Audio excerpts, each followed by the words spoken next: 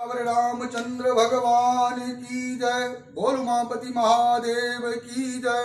बोल वृंदावन बांके बिहारी लाल की जय। समस्त सनातन प्रेमी, आज पुनः मैं अपने आवास पे श्रीमद् भागवत गीता के तीसरे अध्याय का श्रवण कीर्तन और मनन कर रहा हूँ। तो आइए सभी लोग श्रीमद् भागवत गीता के तीसरे अध्याय का श्रवण कीर्तन और मनन करते हैं। श्री हरि श्री हरि श्री हरि। श्रीमद् भागवत गीता श्लोकार्थ सहित। ओम अथ तृतीयोऽध्याय। अर्जुनोवाच ज्यायसी चेत् कर्मणस्ते मता बुद्धिर्जनार्दन तत्किं कर्मणि घोरे मां नियोजयसि केशव। व्यामिश्रेणेव वाक्येन बुद्धिं मोहयसीव मे तदेकं वद निश्चित्य येन श्रेयोऽहमाप्नुयाम्। अर्जुन बोले, हे जनार्दन, यदि आपको कर्म की अपेक्षा ज्ञान श्रेष्ठ मान्य है तो फिर हे केशव मुझे भयंकर कर्म में क्यों लगाते हैं।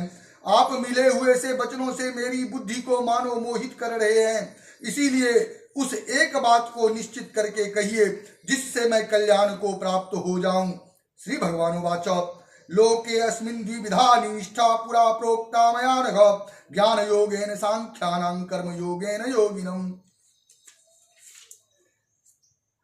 श्री भगवान बोले, हे निष्पाप, इस लोक में दो प्रकार की निष्ठा साधन की परिपक्व अवस्था अर्थात पराकाष्ठा का नाम निष्ठा है, मेरे द्वारा पहले कही गई है। उनमें से सांख्य योगियों की निष्ठा तो ज्ञान योग से माया से उत्पन्न हुए संपूर्ण गुण ही गुणों में बरतते हैं ऐसा समझकर तथा मन इंद्रिय और शरीर द्वारा होने वाली संपूर्ण क्रियाओं में कर्तापन के अभिमान से रहित होकर सर्वव्यापी सच्चिदानंद घन परमात्मा में एक ही भाव से स्थित रहने का नाम ज्ञान योग है। इसी को संन्यास, सांख्य योग आदि नामों से कहा गया है। और योगियों की निष्ठा कर्म योग, फल और आसक्ति को त्याग कर भगवत आज्ञा अनुसार केवल भगवत अर्थ समत्व बुद्धि से कर्म करने का नाम निष्काम कर्म योग है। इसी को समत्व योग, बुद्धि योग, कर्म योग, तदर्थ कर्म, मदर्थ कर्म, मत कर्म आदि नामों से कहा गया है। नौ कर्म नामनारंभ अनेक कर्म पुरुषोश्रुते नौ चौसन्यसनादेव सिद्धिं समधिगच्छते। नौ हि कश्चित् क्षणमपि जातु तिष्ठत्य कर्म कृत कार्यते ह्यवसः कर्मो सर्व प्रकृति जैर्गुणे। कर्मेन्द्रियाणि संयम्य यो आयस्ते मनसा स्मरण इंद्रियार्थं विमूढ़ात्मा मिथ्याचारः स उच्यते। मनुष्य न तो कर्मों का आरंभ किए बिना निष्कर्मता को, जिस अवस्था को प्राप्त हुए पुरुष के कर्म अकर्म हो जाते हैं अर्थात फल उत्पन्न नहीं कर सकते, उस अवस्था का नाम निष्कर्मता है, यानी योग निष्ठा को प्राप्त होता है। और न कर्मों के केवल त्याग मात्र से सिद्धि यानी संख्य निष्ठा को ही प्राप्त होता है। न ही कश्चित् क्षणमपि जातु तिष्ठत्य कर्म कृत कार्यते ह्यवसः कर्मो सर्व प्रकृति जैर्गुणे। कर्मेन्द्रियाणि संयम्य आस्ते मनसा स्मरण इंद्रियार्थं मूढ़मात्मा मिथ्याचार स उच्यते। निसंदेह कोई भी मनुष्य किसी भी काल में क्षण मात्र भी बिना कर्म किए नहीं रहता, क्योंकि सारा मनुष्य समुदाय प्रकृति जनित गुणों द्वारा परवश हुआ कर्म करने के लिए बाध्य किया जाता है। जो मूढ़ बुद्धि मनुष्य समस्त इंद्रियों को हठपूर्वक ऊपर से रोककर मन से उन इंद्रियों के विषयों का चिंतन करता रहता है, वह मिथ्याचारी अर्थात दंभी कहा जाता है। यस्त्विन्द्रियाणि मनसा नियम्यारभ्यते अर्जुन कर्मेन्द्रिये कर्मयोगम् असक्तः स विशिष्यते। नियतं कुरु कर्मं त्वं कर्म ज्यायो ह्यकर्मणः शरीर यत्रापि चौतेन प्रसिद्धये दर्कर्मणः। यज्ञार्थत कर्मणोऽन्यत्र लोकोऽयं कर्म बन्धनं तदर्थं कर्म कौन्तेय मुक्ति संगं समाचर। सह यज्ञा प्रजा श्रेष्ठा पुरोवाच प्रजापति अनेन प्रसविष्यद्व मेषवोऽस्त्वित्कृष्ट कामधुक। देवान् भावयतानेन ते देवा भावयन्तु परस्परं भावयन्तः श्रेय परमवाप्स्यत। इष्टान् भोगानि वो देवा दास्यन्ते यज्ञ भाविता तैर्दत्तान् प्रदाप्येभ्यो यो भुङ्क्ते तेन एव सः। किंतु हे अर्जुन, जो पुरुष मन से इंद्रियों को बस में करके अनासक्त हुआ समस्त इंद्रियों द्वारा कर्म योग का आचरण करता है वही श्रेष्ठ है। तू शास्त्र विहित कर्म कर, कर्तव्य कर्म कर, क्योंकि कर्म न करने की अपेक्षा कर्म करना श्रेष्ठ है तथा कर्म न करने से तेरा शरीर निर्वाह भी नहीं सिद्ध होगा। यज्ञ के निमित्त किए जाने वाले कर्मों से अतिरिक्त दूसरे कर्मों में लगा हुआ ही यह मनुष्य समुदाय कर्मों से बंधता है। इसलिए हे अर्जुन, तू आसक्ति से रहित होकर उस यज्ञ के निमित्त ही भली भांति कर्तव्य कर्म कर। प्रजापति ब्रह्मा ने कल्प के आदि में यज्ञ सहित प्रजाओं को रचकर उनसे कहा कि तुम लोग इस यज्ञ के द्वारा वृद्धि को प्राप्त हो और यह यज्ञ तुम लोगों को इच्छित भोग प्रदान करने वाला हो। तुम लोग इस यज्ञ के द्वारा देवताओं को उन्नत करो और देवता तुम लोगों को उन्नत करें। इस प्रकार निस्वार्थ भाव से एक दूसरे को उन्नत करते हुए तुम लोग परम कल्याण को प्राप्त हो जाओगे। यज्ञ के द्वारा बढ़ाए हुए देवता तुम लोगों को बिना मांगे ही इच्छित भोग निश्चय ही देते रहेंगे। इस प्रकार उन देवताओं के द्वारा दिए हुए भोगों को जो पुरुष उनको बिना दिए स्वयं भोगता है वह चोर ही है। यज्ञ शिष्टास्सिनः संतो मुच्यन्ते सर्वकिल्बिषे भुञ्जते ते त्वघं पापा ये पंचतत्व कारणात्। अन्नात् भवन्ति भूतानि पर्जन्यात् न संभवः यज्ञात् भवति पर्जन्यो यज्ञ कर्म समुद्भवः। कर्म ब्रह्मोद्भवं विद्धि ब्रह्माक्षर समुद्भवम् तस्मात् सर्वगतं ब्रह्म नित्यं यज्ञे प्रतिष्ठितम्। एवं प्रवृत्तिं चक्रं नानुवर्त्यति यः आघायुरिन्द्रियारामो मोघं पार्थ स जीवति। यस्त्वात्मरतिरेव स्यादात्मतृप्तश्च मानवः आत्मन्येव च संतुष्टः अस्तस्य कार्यं न विद्यते।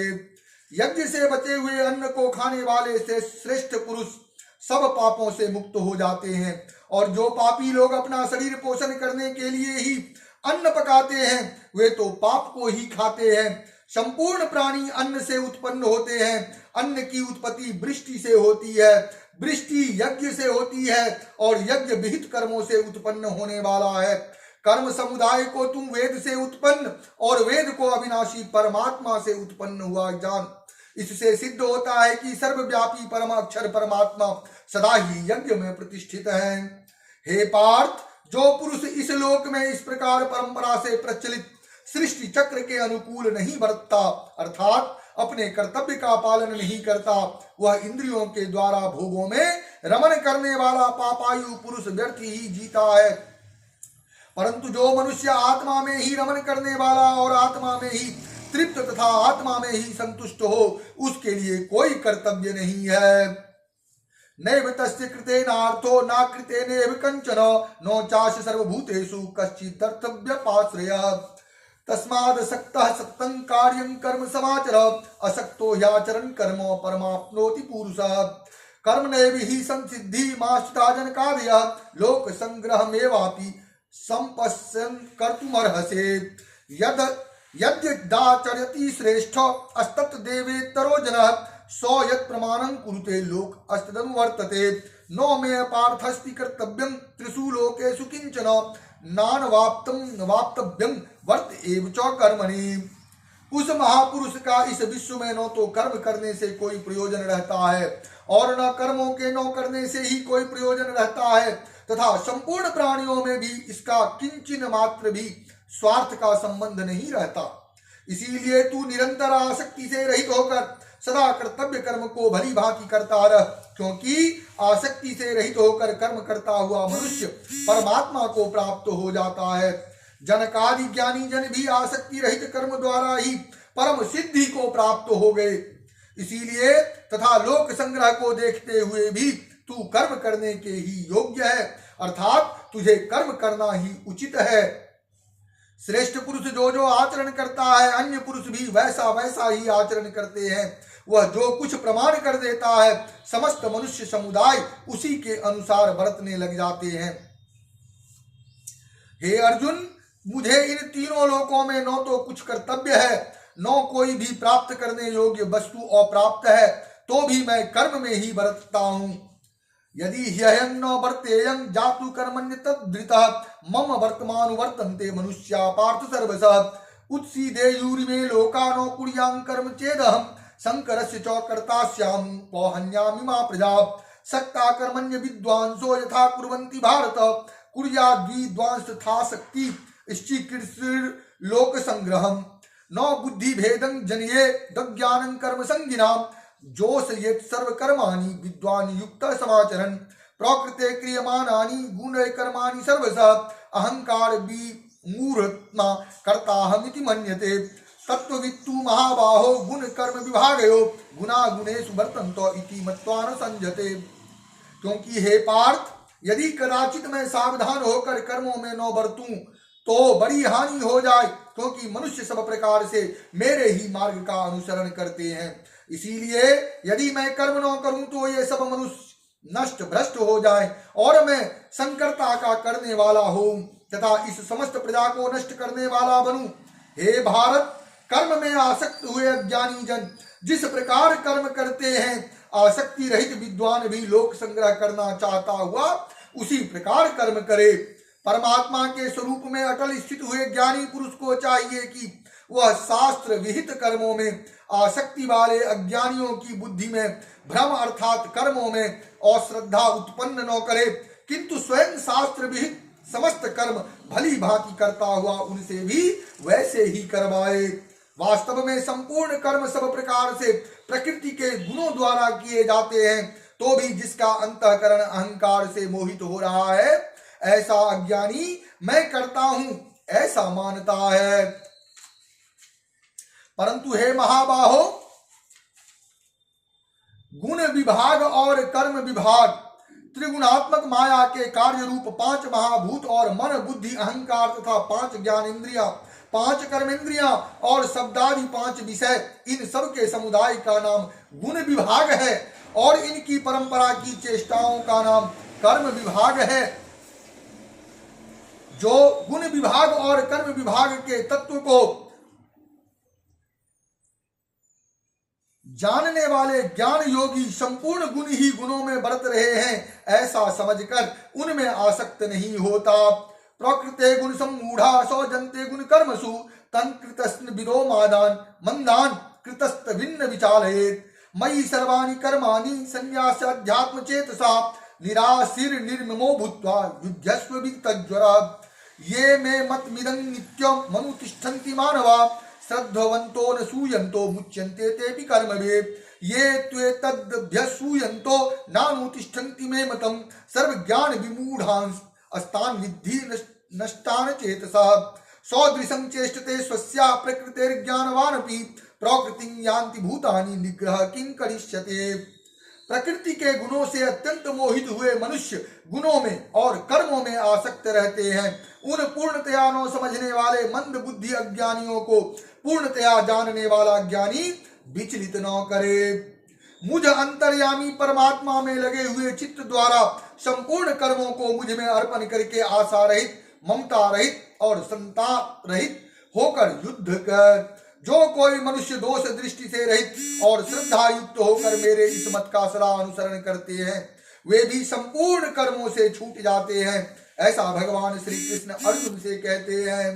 परंतु जो मनुष्य मुझ में दोषारोपण करते हुए मेरे इस मत के अनुसार नहीं चलते हैं, उन मूर्खों को तू संपूर्ण ज्ञानों में मोहित और नष्ट हुए ही समझ।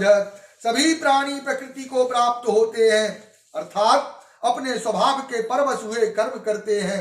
ज्ञानवान भी अपनी प्रकृति के अनुसार चेष्टा करता है, फिर इसमें किसी का हठ क्या करेगा। इंद्रियस्येन्द्रियास्यार्थे राग द्वेषो व्यवस्थितो तर्योर्ण वस्मागच्छेत्तो यस्य परपंथिनो श्रेयान् स्वधर्मो विगुणः परधर्मात् स्वनुष्ठितात् स्वधर्मे निधनं श्रेय परधर्मो भयावह।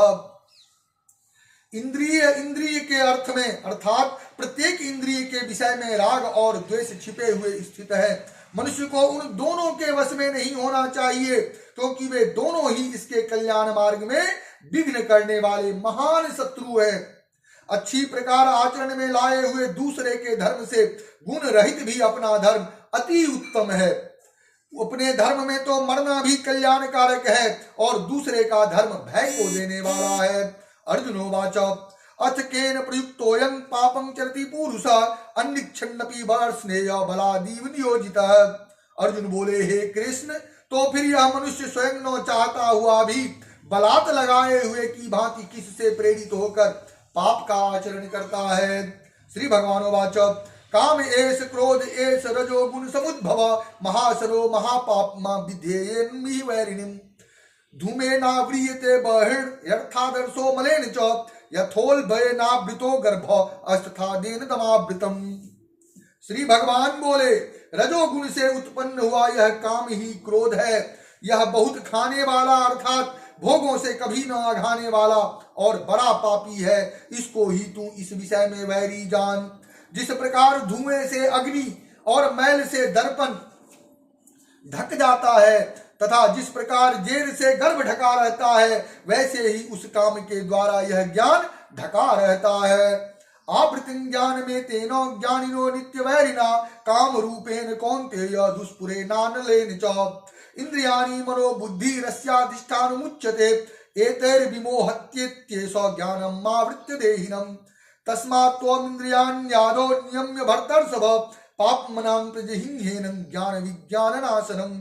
इंद्रियाणि पराण्याहुरिन्द्रियेभ्यः परं मनः मनसस्तुं परा बुद्धिर् यो बुद्धे परतस्तु सः एवं बुद्धे परं बुद्ध्वा संस्तभ्यतात्मनामात्मना जहि शत्रुं महाबाहो काम रूपम दुरासदम।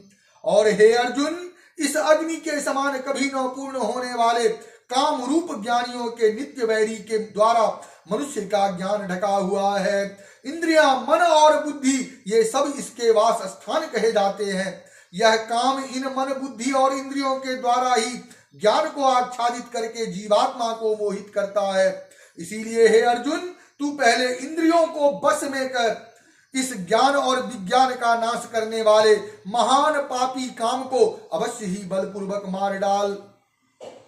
इंद्रियों को स्थूल शरीर से पर यानी श्रेष्ठ, बलवान और सूक्ष्म कहते हैं। इन इंद्रियों पर मन है, मन से भी पर बुद्धि है और जो बुद्धि से भी अत्यंत पर है वह आत्मा है। इस प्रकार बुद्धि से पर अर्थात सूक्ष्म, बलवान और अत्यंत श्रेष्ठ आत्मा को जानकर और बुद्धि के द्वारा मन को वश में करके हे महाबाहो, तू इस काम रूप दुर्जय शत्रु को मार डाल। ओम तत्सदिति। श्रीमद्भागवत गीता उपनिषत्सु ब्रह्म विद्यायां योग शास्त्रे श्री कृष्ण अर्जुन संवादे कर्म योगो नाम तृतीयोऽध्यायः। इस प्रकार श्रीमद्भागवत गीता के तीसरे अध्याय का समापन होता है। आइए सभी लोग प्रेम से बोलिए, वृंदावन बांके बिहारी लाल की जय। श्रीमन्नारायण नारायण